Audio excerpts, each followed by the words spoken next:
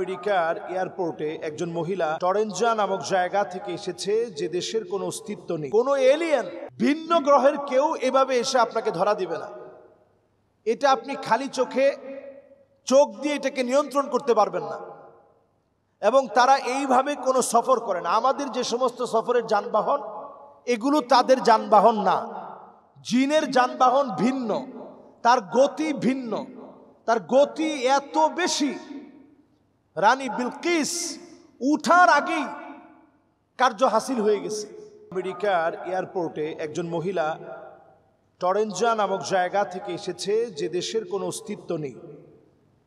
এবং এই ট্যুরটাকে একটি ব্যতিক্রমী ট্যুর বলে মনে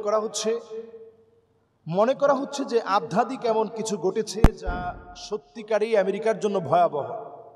এমন নিউজ নানাভাবে এখন খুব চমকপ্রদ থাম্বনেইলে এই নিউজগুলো প্রচার করা হচ্ছে। আসলে বিষয়টা নিয়ে ইসলাম কি বলে, আদৌ কি এটা সম্ভব কিনা?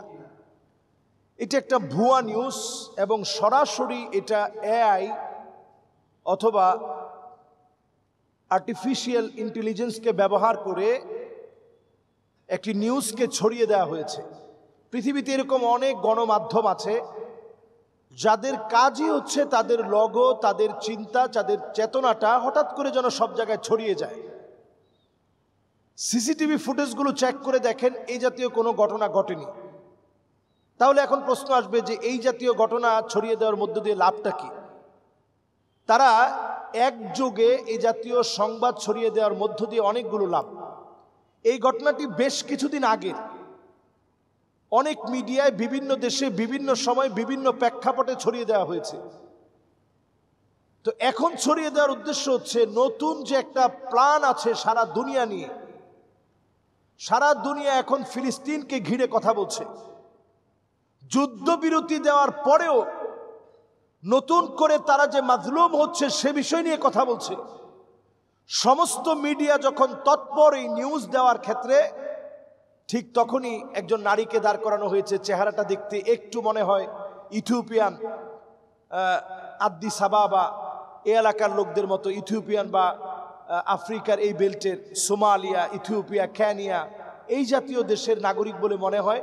তার এখানে অনেকগুলো সিল মারা আছে, যে সিলগুলো দেখা যাচ্ছে যে কোনো দেশের, যেগুলো আমরা পরিচিত যে দেশগুলো আছে পৃথিবীর মানচিত্রে, যে দেশগুলো আছে এইরকম কোনো দেশের কোনো জায়গার সিল সেখানে মারা নাই, অথচ অনেকগুলো সিল মারা আছে। এই যে বিষয়টা প্রচার করা হয়েছে, এখন অনেক দিন ধরে মিডিয়া এটা নিয়ে ব্যস্ত থাকবে, সবাই এটা নিয়ে কথা বলবে, সবার একটা তৎপরতা থাকবে এটা নিয়ে, সবাই এটা নিয়ে উঠে পড়ে লাগবে যে কি হচ্ছে, বিষয়টা আসলে সত্য কি। যদি আপনারা এই বিষয়টাকে এইভাবে চিন্তা করেন, কোনো এলিয়েন, ভিন্ন গ্রহের কেউ এভাবে এসে আপনাকে ধরা দিবে না। এটা আপনি খালি চোখ দিয়ে এটাকে নিয়ন্ত্রণ করতে পারবেন না। এবং তারা এইভাবে কোনো সফর করে না। আমাদের যে সমস্ত সফরের যানবাহন, এগুলো তাদের যানবাহন না। জিনের যানবাহন ভিন্ন, তার গতি ভিন্ন, তার গতি এত বেশি, রানী বিলকিস উঠার আগেই কার্য হাসিল হয়ে গেছে।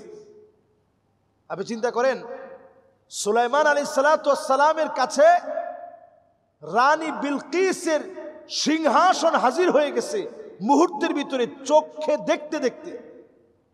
এটা হচ্ছে জিনদের ক্ষমতা।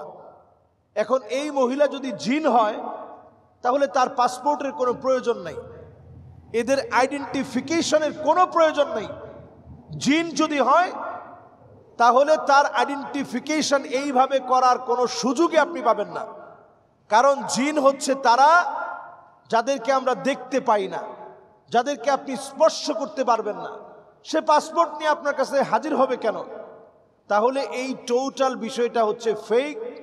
মুসলমানদের ইন্টেনশনকে ঘোরানোর জন্য এটি তৈরি করে দেওয়া হয়েছে। সব মিডিয়ায় এখন তুলপাড় করে এটাকে হাইলাইটস করে প্রচার করা হচ্ছে। মূলত এটা মানুষের ইন্টেনশনকে ঘোরানোর জন্য এটা করা হয়েছে। এবং জিনেরা, তাদের যানবাহন ভিন্ন, আমাদের যানবাহনের মতো না। তারা এক জায়গা থেকে আরেক জায়গায় হাওয়ার মধ্য দিয়ে এক জায়গা থেকে আরেক জায়গায় স্থানান্তরিত হতে পারে। এবং তাদের গতি শক্তি এত বেশি যেটা আপনি চিন্তা করতে পারবেন না।